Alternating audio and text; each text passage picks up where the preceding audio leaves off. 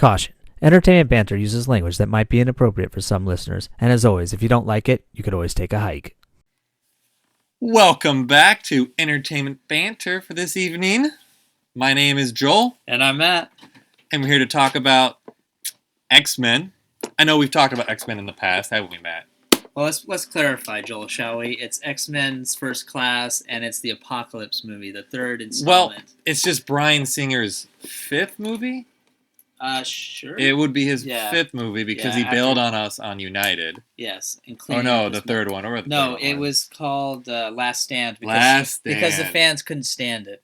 That's true. But now we made it to Bryan Singer's third movie of cleaning up his mess. Yes. And Apocalypse, which is everyone's it's supposed to be desire. I guess they were talking about doing Apocalypse for a long time. Yeah. Well, and Apocalypse's character is supposed to be like the guy for X-Men, like the ultimate bad dude. So, did you get ultimate bad dude? He's like the equivalent to Darkseid for the DC universe. Did you get bad dude out of this Apocalypse guy? No. No, I didn't either. I got angry mutant. And you got angry. And I got angry mutant, and I got egotistical mutant that wanted to control everything.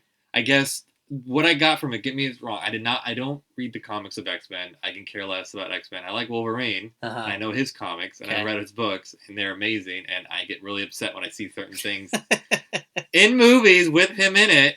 I get upset. We'll get to that in a second. Uh-huh. But Apocalypse's mutant power is absorbing another mutant's power. It's kind of like a rogue thing, but more permanent. More permanent. Yeah. Like totally permanent. At least that's how this movie portrayed it. Is that what it is? As far as I know. I mean, my understanding of Apocalypse was that he, just like mutants are to humans, the next evolution, Apocalypse was supposed to be the next evolution of mutants. So he's supposed to be like super strong, super different. Almost like when Jean Grey would become the Phoenix, even though technically she was absorbed by that space entity, which is not how any of the movies portray it, but we'll ignore that. Nerd. But anyways, long story short, Apocalypse is supposed to be like the next generation or the next mutation of mutation, so to speak. So he's supposed to be like this supreme, almost unstoppable character on his own. The fact that this movie made him absorb powers and grow, in my opinion, did not give me the satisfaction that he was all powerful. In fact, I was kind of surprised why other mutants would be so willing and eager to help him donate their powers, which was kind of sounds like he needs mutants instead of overpowers mutants. Interesting. Let me ask you a few questions since you're the one who has more of an X-Men. Not a lot, but I do know some. You do. So, do you feel that this movie followed more on the comic book line, or do you think it's just made-up stories just to fill in fixes that Bryan Singer screwed up on in the earlier X-Men because he let go and went to go do Superman for whatever God knows reason? He left. I never was happy with the first X-Men movie. I thought for how many characters they had to start introducing, they were doing a pretty neat job at it. Yes. But there's always something like it's missing in X-Men, and I feel like they're forcing things. Like, yes. Xavier all of a sudden loses his hair during this. That's where he loses his hair. I'm doing air quotations, by the way. Yeah. Is that like? Do you feel like it's just all? I feel like it's being all forced. Everything's being forced to get to us to a point. Like, I definitely feel like there's definitely some hazmat cleaning going on, because now if Fox keeps the franchise, in theory, which they will, in theory, okay, if you were to literally forget every X-Men movie that's been made up until this point, you could potentially now start a whole new generation of X-Men, because we've got a bald Xavier who's young, we've got a whole bunch of students who are young, no one's dead, they're all getting along. Like Cyclops? It's almost like, shut up, yes, like Cyclops. Big fan of Cyclops, because you didn't know. But anyways, they kind of did that. They basically are where they're at 10 movies later, where they should have been 10 movies ago in the early 2000s. Can you believe that? 2000s, like 2016 right now. It was 2000 yes. when X-Men came out. Yes. Huh? And how many movies have they made since then? They made X-Men. Well, 3 X-Men. United, X-Men First Class, Wolverine Origins, Yes. and then the Wolverine movie, then Deadpool. They made First Class. They made Days of Future Past. They made Apocalypse. What was the other one? You got 3 future classes. You've got 3 regular X-Men movies, so that's 6. 2 X-Men. And you have 2 Wolverines, so that's 8 plus Deadpool. So we're at 9. So you're at 9. 9 movies. Yeah. Of Yeah. X-Men. And it took 9 movies for them to finally get to where we needed to be. Yeah, and Deadpool got him there. So Deadpool was a great movie. We've already talked about it, most likely. Yeah, we did. We did. We did talk about Deadpool.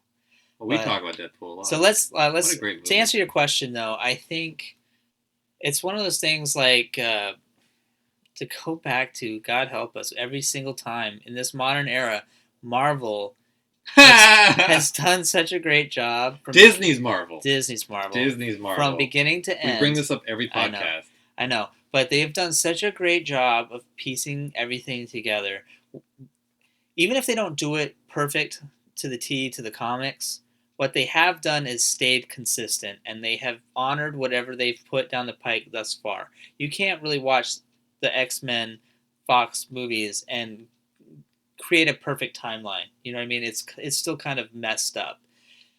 So to answer your question, I think they're giving the audience what they want, because they know that everybody's behind the 8 ball right now.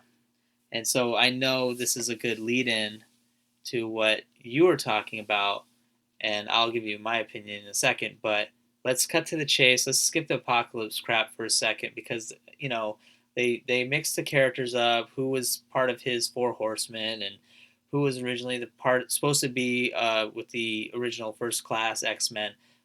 But they finally gave the fans a look, almost verbatim to comic based, of Weapon X Wolverine. Ah! Now here we go. As a fan, I've always wanted to see that. Knowing Hugh Jackman's almost done with this franchise, knowing that who knows if X-Men's going to continue on, or maybe Fox will start playing ball with Disney, or even if they don't, they're just going to screw it up later down the road. If there was never an X-Men movie ever made again, we got that. So go ahead. Down to the dorky headpiece, which was hilarious, by the way. But go ahead and tell me what you think. My God! So watching that movie, I watched it with Matt. For those who listen to this podcast, think we're not friends. We hang out. Yeah, sometimes. Watching this movie, I had my doubts, and you just watch this movie going, "Oh, okay, these are interesting choices." Mm-hmm. But as soon as they flew to, where were they flying? Alkaline Lake. It was Alkaline Lake, and you knew Stryker was there, and these mutants are being shipped there, and you're thinking in your head, the timeline, you're like, okay, they could possibly, in theory, according to the timeline, he's not there. He's been gone for a while. He is not there anymore. But you're thinking like, oh no, they're going to try to piece this together to save whatever ass they're trying to fix. And you get there, and then they're trying to escape this place. Do you think it was, sorry to interrupt, but because Wolverine Origins, there was the same timeline with that, because they had Scott Summers there with, what's her face? He was Emma Frost, and they were all trying to escape then. And Xavier was there. So do you think Singer was ignoring Wolverine Origins? Yeah. Mm-hmm. Okay, so I go think ahead. he must have been, because he did Origins, right? And no, he did not do Origins. Origins was a fucked up piece. Sorry, my language. Uh-huh. Due to the fact that the writer's strike went all around the same time, and that's why I got screwed up big time. That's what I heard. So writer's strike equals we're still going to make a movie, even though. Well, of course, they already got pot committed. They already put so much money into it. They have to finish this piece of garbage that they're going to go with. They have a deadline they still have to do, and they want to keep jobs. If you want to keep a job, you're going to do what you're told by your producers. Yeah. Oh. So they're at Alkaline Lake. If viewers want to correct me on the timeline where Wolverine is, I don't believe these people are even maybe not even alive yet. This experiments were done in the 70s, 60s, right? Even the 80s? Well, if we're following, what year are we in this movie? We're supposed to be in. It's after the Cuban Missile Crisis. So John F. Kennedy was president around that time. I'm trying to think. How many did it establish? How many years had passed? No, not really. Wait, it might have because they were mentioning the Cold War, weren't they? Did they show clips of Reagan? They didn't show clips of Reagan, I did don't they? remember. No, I don't think so. I would say it's got to be late 70s, early 80s to be safe. I honestly don't remember. Maybe he's supposed to be there now. But anyways, they found Alkaline Lake. They're escaping the cell, the lab. Was it Scott and Jean Grey and who was the other one? They had Quicksilver. Quicksilver, and I want to say Nightcrawler. It was Nightcrawler, and you just see him walk up to this cage, and you can hear Jean going, "Oh, it's like a beast. It used to be a man, but now it's a beast inside." And in the theater, I just yell out. I don't really yell it out, but I say it pretty loud. What the fuck? You know what I thought when you said that? You know what I thought? And I thought it would be very clever. What? Is if it was Sabretooth. Yes. But no fan would have accepted that. Well, they as soon said, as they said that, yeah. a lot of fans were like, "Oh, finally, right?" Right. So they let him out, and it's Weapon X. Right. And he goes ballistic.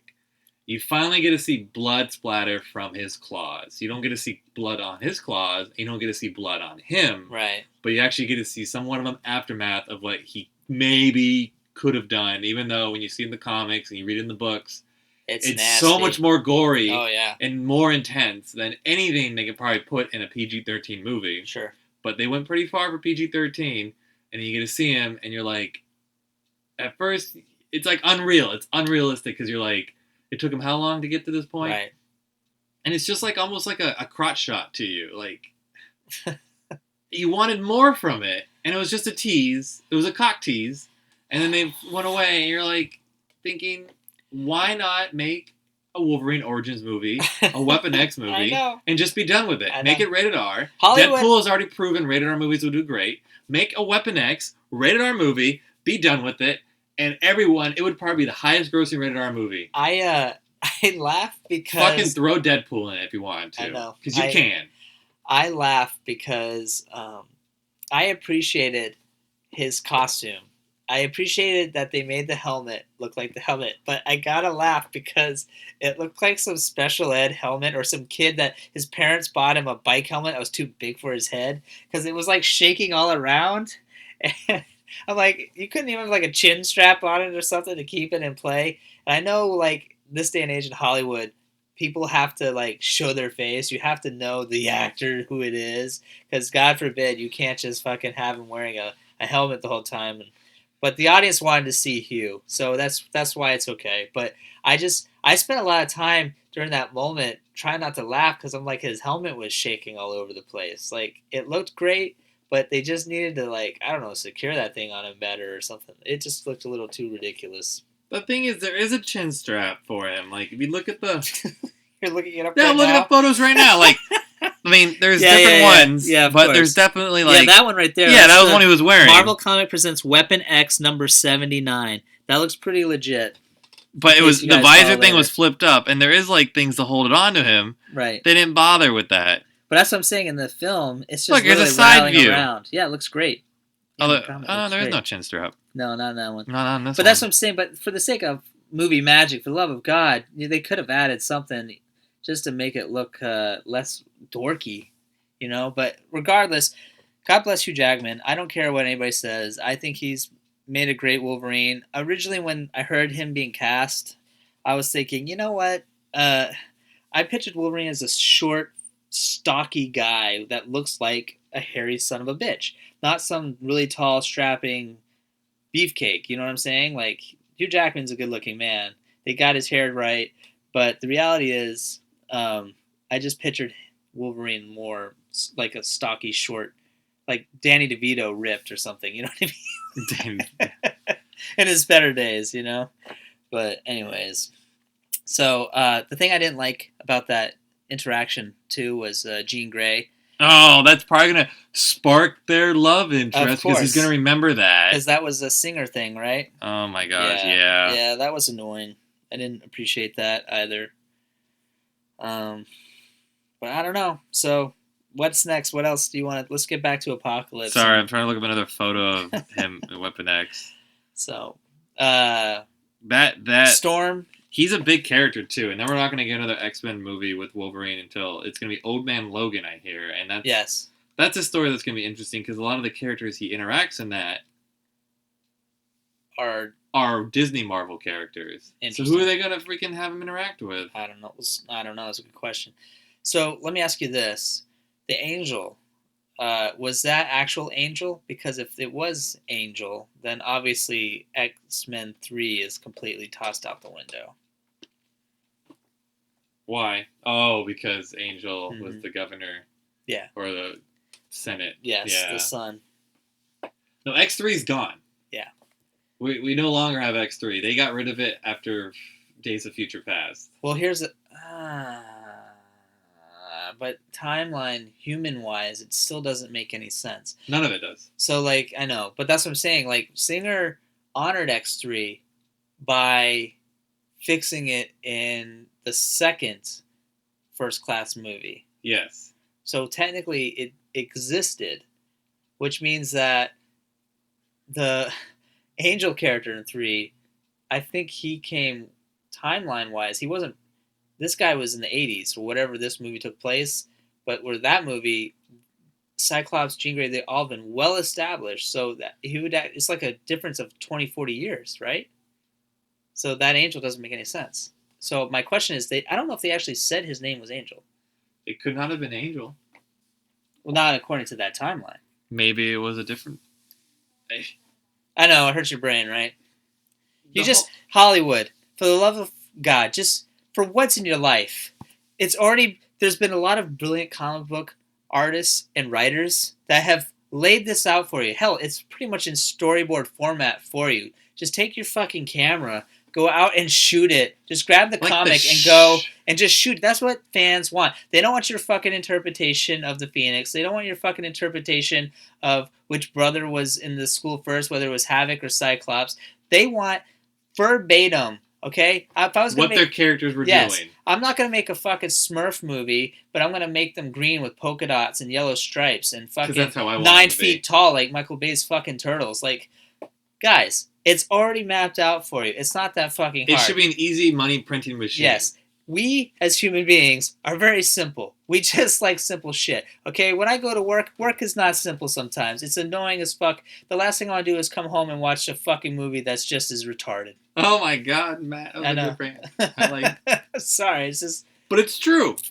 You have things laid out for you to make it easy for you. The only... Even with Disney Marvel movies, they don't even follow it completely. They just do better at it. Mm-hmm. The only movie have I seen so far that was verbatim exactly what every viewer wanted to see. Everybody wanted to see. Everyone appreciated it. Everyone loved it. It was exactly how it is in the comics. Right. Deadpool. Yeah. And that's because Ryan Reynolds did his freaking research. Right. And he made sure it was exactly what the fans wanted. It was like verbatim what it should be. Yeah. No, I agree. I absolutely agree.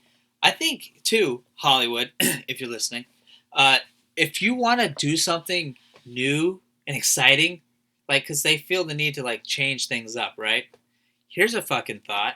How about you take all the characters that are established, keep the relationships the way they are, come up with a new villain. Something no one knows about. That would do it. And then have them face it. Done. That's new. That's different. But you can still keep the relationships. And you can do whatever you want. You can do whatever you want. If the new villain rubs your balls a certain way and Jean Grey falls in love with Wolverine, it works because we've never seen this villain before. But to go and take what we love and fuck it up, that's annoying. That goes to the... this is getting off X-Men, but it's still Marvel. It's in the movie still. It's with the Black Widow and the Hulk. Oh yeah. They don't have a love interest. Mm-hmm. Why are they going to create a love interest in this? Well, again, because there's not enough characters yet developed, and they're trying to force things. And there's not enough time. Like I can see where, because one thing I will say is the comic book world is so massive that to explain it to a normal person, you would have had to read like generations worth of comics to understand everything. So they're doing on that part. They're just, you know what, they're saying, hey, we're gonna give you what you want, but you know, we're gonna put our little change here, and it's kind of hypocritical that I'm defending the Marvel thing, but I'll go back to what I was saying is the Marvel Disney one is they're staying consistent with their choices. You know what I mean? They They're don't not. make They're not backpedaling and changing stories. That how many times have we seen the Weapon X story in the X Men movies? We saw it in X1, X2. We saw it in Origins, and we saw it in this movie that just came out, Apocalypse. That's 5 times they fucked it up. You know what I mean? Like, can you name that in the Marvel Disney universe where like Iron Man's origin changed 5 fucking times? No, it has No. not. So they're staying The consistent. thing is, they can call this. So get this. So Wolverine has always had different ideas of what his past was because we were always unsure. We never got his full until past the origin came out. until right? they made the origins, and they Which still was said at also the end of it. 2000. They still said this is still a possibility. You know what I mean? They could still change his I'm past. ashamed to say I didn't read the origin one. You yet. didn't? No. They came out with an origin 2, by the way. Did you know that? Really? Yeah. So I don't know what's going on with that. But his Weapon X story, it stays pretty close to what it is. He got experimented on, and then he broke his way out. Well, and here's the other But thing multiple too. times in the book, there's a physical 600-page book that is so good that he even escaped a couple times. But they tricked his mind to the point where they thought like, oh, he came back on his own, and they fooled his mind to do that, and that's why there's so much you don't know what's real and what's not. Well, in the X-Men Origins, I think it was, the chick that he was with was supposed to be a real love interest that he thought was fake at one point, right? I could be wrong. The one in Origins? Yeah. Was that Origins or was that Origin? The X-Men one. Origins Wolverine, whatever, the very first one that of Wolverine, so to speak. Oh, that Sabretooth. Not the Yuriko one, which was also a fuck up. Well, he does in the Weapon X thing. He does escape. Yeah. And he lives in Canada a while with her, and he ends up killing her. I forget why, but he like in the comic books. I thought Sabretooth killed her. Because like the reason why Wolverine has so much issues and like even his own mind is freaking out because he felt her heartbeat on his claws as she died. Ooh. So little things like that creates the character who they are. Sure, absolutely. Well, and they never touched base on Wolverine working for the Canadian version of the X-Men either. Like, because didn't that happen before he got to Weapon X? I don't know. Okay. Yeah, I don't know either. that. Is that that's before when he had bone claws and all that? I don't know. Just I could have sworn he worked for Alpha Flight. Is that what they were called? I can't. He remember. worked for S.H.I.E.L.D. Yeah, He's but worked for S.H.I.E.L.D. I think and that he's was worked- after the fact, though. And he fought alongside Captain America during Civil War. Yeah, so not he Civil did- War, he did- during yeah, World War World II. War II. But he did that first, but then I think he went to Canada because he didn't like how S.H.I.E.L.D. rolled, and then he got into Weapon X, got loopy, and then eventually became with the X-Men. That's my understanding. I could be wrong on my timetable on that. But we didn't really talk about anything else Apocalypse based on the movie. But the Apocalypse. All right, all right. Final thoughts. Final Since thought. we're near our I've been end, talking a lot. You go. Final thoughts on the X-Men Apocalypse. I think it's a nice addition to the randomness that X-Men is now. It's never gonna have the full feel of a Marvel X-Men movie or a Marvel movie. As in my eyes, like a Marvel Disney movie is like you have this feel like you come in, you know you're gonna expect some greatness. It's gonna be good. Like they're topping themselves every time. Yes. And they created this huge universe, which is amazing. You go in the Fox one, you know it's just this. It's awesome to hear mutants though. It's awesome to hear that word because Disney doesn't get to use that word. It's true. So it's awesome to hear that, but you're not going in to see anything spectacular. It's not going to be a blockbuster to me, and it's never going to hit that esteem unless they start pulling. It gets close, but it never crosses the finish line. It's almost like hearing it, like "Let It Go," for instance, Frozen. Always singing that song, you feel like she's going to hit that octave, and she's going to go one step higher, and like you think the song's going to go, and then it just drops, right? And you're like, "Oh, okay, almost climax, yeah, almost made it." You know what I thought? We focus away from Wolverine so much, like the writers or however directors, whoever you want to blame, but it's all about Magneto now. Their next go-to bad guy. It's like, oh, Magneto, he's so torn, trying to be good and evil. And I love the character Magneto, and I love the relationship between Xavier and Magneto, but I just found it kind of annoying. Like, well, we got rid of our Wolverine. card. So what are we gonna do next? Oh, Magneto! Ooh, Magneto! So now it's gonna be all Magneto this and Magneto that, and it's gonna steer away from all of the other X-Men. And every X-Men needs to have his due. Like when they were fighting Apocalypse, Cyclops should have blasted his ass into like through a wall. Like Storm should have used a lightning bolt and knocked him through a wall. Like you never see. Instead, they're all just attacking him, and nothing's happening. It's like, what's the fucking point of having all these powers if you can't have your moment in the sun? So I apologize. Even in Civil War, but in the Civil War movie, everyone got their moment. Everyone got their moments. Ant-Man, Spider-Man. Everyone got their. We're gonna have to talk about that next time. We will have to talk about Civil War. It's Disney's Civil War, but we will have to stop, and hopefully we will see some futures in that, because maybe they'll hit Magneto, maybe they'll recast Wolverine. They probably will have to, because I hate to say it, X-Men is Wolverine. That's why people watch or read the comics mainly. Wolverine was such an interesting character. Yeah. So, but we're going to have to stop there. Yep. Until next time. So thank you for listening. I'm Matt. And I am Joel. And you're? I'm done. So, are you going to press play already?